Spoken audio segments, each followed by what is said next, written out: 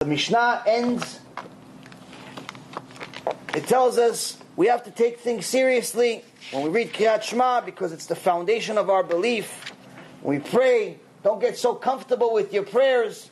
You're supposed to have serious kavanah. Renew your prayer on a regular basis because Hashem is merciful. But at the same token, He's not just going to let things go. You violate Shabbat, He's going to punish you. You violate all the Torah, He's going to punish you eventually. He has mercy and He has patience, but eventually, time comes. But also, don't ever forget, you could always do tshuva. So don't judge yourself to the point where you think you're a wicked person. That's how the Mishnah ends. Why is it important for Chazal to tell us don't judge yourself as a wicked person? Because if you judge yourself as a wicked person, you say, you know what, I already violated so many Shabbatot, Hashem's never going to accept me. No, my friend. Hashem is not you. Hashem's mercy is beyond your imagination. He'll always accept you back. But you have to do tshuva. You have to be genuine. If you seriously take tshuva seriously, He'll accept you.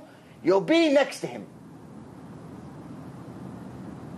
But if you choke around and take it like it's like whenever you feel like it's chafif, you're making your situation even worse than what it already was beforehand.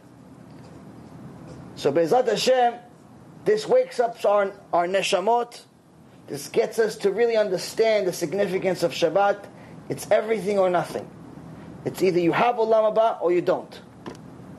And Be'ezrat Hashem, this is not only for the seculars that are still not sure about Shabbat. Now this gives you into certainty.